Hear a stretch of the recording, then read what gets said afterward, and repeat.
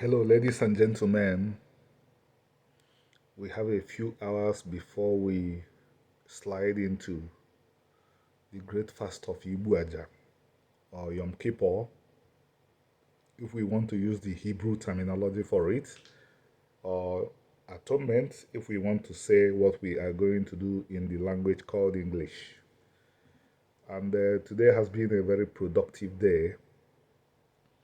It started with a conversation between myself and an Igbo who has many degrees in anthropology and who is well schooled in Omenana.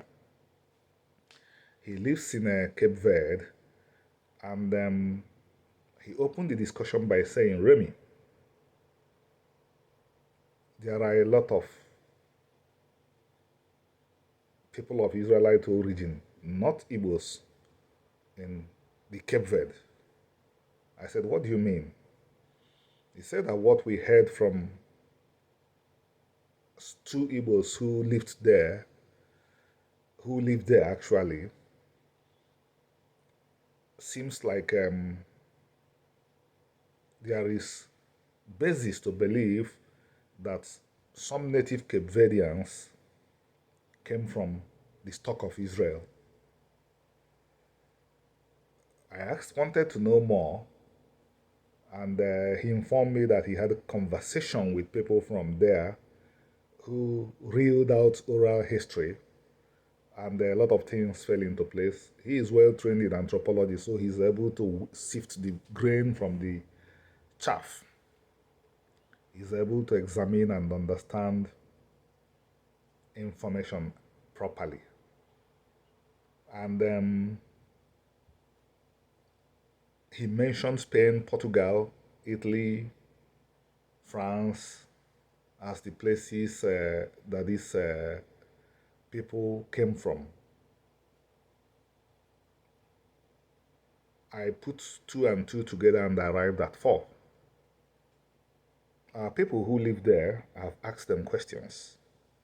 The two gentlemen I referenced, my brother Kenneth Elon and Anthony Odira Felix, I wanted to know the work ethic of these people they suspect. And what I learned struck a chord. They are not lazy. That is an Israelite trait. We wouldn't keep on running away from saying the truth. The Israelite likes to walk. And liking to walk is not a universal custom. What I mean by that, the Israelite likes to walk, is that the Israelite sees walk as part of life. He doesn't walk because he has to walk. He walks because he thinks it's part of nature to walk. This is not universal. A lot of people may be walking today, may have gotten used to walking today, but before globalization forced many people to start doing similar things or one thing, a lot of people would rather go to war than fight. Sorry, a lot of people would rather go to war than walk. I repeat, a lot of people before globalization sort of blended cultures and gave us one culture to look up to. A lot of peoples in the world preferred to fight, go to war, seize territories, become rich that way rather than go to work. But the people of Israel, everywhere you found them, have followed the route of work. So that struck a chord in me when I learned that they work. Then the question of cleanliness. Again, I'm in an area that if I'm not very careful, people will think that I'm thinking in a supremacist way. To be clean, is an Israelite trait as well. Well before globalization forced many people to see benefits in washing the hands before eating. Wherever you found the seed of Israel, he is distinguished by he washed the hands before eating.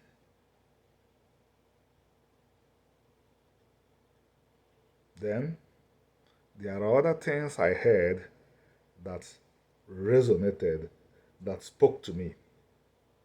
They have no vagrants. A country that is not a rich country by any standard does not have homeless people. The culture of Israel is strong there. And this my friend that I was speaking with in the morning mentioned something that struck me very forcibly. He said that their mourning reminded him of mourning in Igbo land. When the Igbos were Igbos, when the Igbos were Hebrews, before the Igbos slid into the present culture that is suffocating the life out of them. The present culture that is destroying the Igbos. He said that these people mourn, that the kind of loud wailings, the cries when people die, that you virtually don't see in Igbo land anymore, or hear in Igbo land anymore, that you still hear it in Cape Verde. By the way, the Igbo words or phrase for what we call funeral is to mourn, akwamozu, to cry, mourn, grieve for the dead. What are the roots of this phrase, or what is the root of this phrase? Go to the book of Genesis. Abraham the Hebrew, or Abraham the Igbo, if you want to use the Igbo language to represent the word Hebrew, told the people he lived amongst, the people of Het, give me land. I want to bury Sarah so that I will mourn the dead. He used the word ikwa, akwa. He used the word to mourn.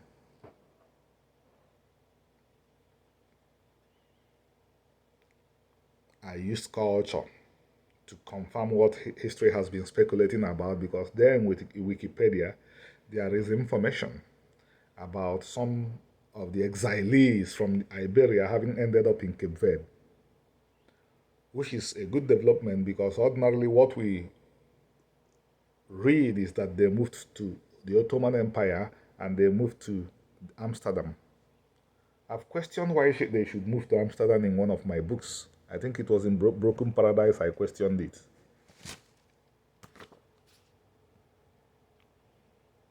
I questioned why they will move exclusively to Europe and the Ottoman Empire. Why would they move only to those places? When, if you stand on the shores of Spain and Portugal by the Atlantic and look, you are facing the whole of Africa. And the Portuguese were seafaring peoples. Jews and Christians were in the ships, and they knew about the Hebrew republics on the banks of the River Niger. The republics I call the Hebrew Igbo republics. They knew about it. So why would they move to Spain and Portugal? We are the same people that forced them out with the Inquisition. We are based. I mean, why would they move to Amsterdam? Amsterdam was Christian. They will go to Europe and any Muslim land as a last resort. Their first ports of call will be West Africa, which is adjacent to Spain and Portugal. And already in that West Africa, there is a highly developed Hebrew republic that I call the Hebrew Igbo republics. 29,000 square miles of territory inhabited exclusively by Hebrews. So some of them would move to Europe, but those that had a chance will move to Africa. But it's not fashionable. It's not fashionable to accept that, quote, the black man is also part of the people of the book, the people of the Bible. So historians ignore the reality and they ignore the facts. But we are determined to bring out the truth, to sift out the truth wherever they are. So this dawn, I spoke with an African American of Igbo origins, William Brown, a bishop. And we agreed that I'm going to be speaking to our people in Atlanta. I will travel to Atlanta soon to speak to our people, because there is something the Lord has begun. I think that these are all the doings of the Lord. He wants to, or he's already healing broken bones. The skeletons are rising. We have so much to offer the world, but we have to synergize. Let us go a little bit back to Cape Verde. Imagine what would come up there if the later Igbo migrants to that country can find a way to work with the native Cape Verdeans. Those arid islands will come to life. Those arid islands called Cape Verde will come to life if the people that move from Igbo land that are still very close to the religion of the Igbos, the religion that produced the largest business incubator platform in the world, if they can find a way to work with the natives, what you would find is growth everywhere.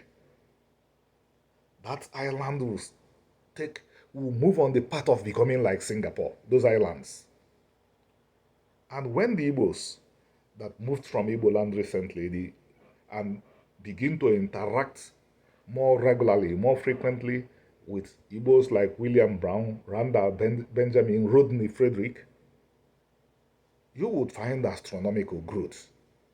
The Igbos that moved from Nigeria, or that are still in Nigeria, founded Nollywood, the third largest film industry in the world. African Americans are the top of entertainment in America. Think about what a marriage between Nollywood and African Americans of Igbo extraction would be. Thousands of jobs will be created. So, in conclusion, ladies and gentlemen, you can see opportunities are everywhere. We only have to harness them. Hit the subscribe button. Subscribe to this channel. This channel is filled with butter, honey, and wine. And buy these books I show you. They help you to become familiar with Omenana. If we become familiar with Omenana and practice 10% of those things the Lord Chiuku said we should in the Bible, we will begin to see traces of that paradise, of that messianic era that we keep on praying for.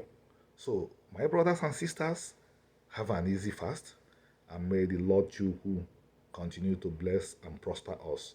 May we say Amen.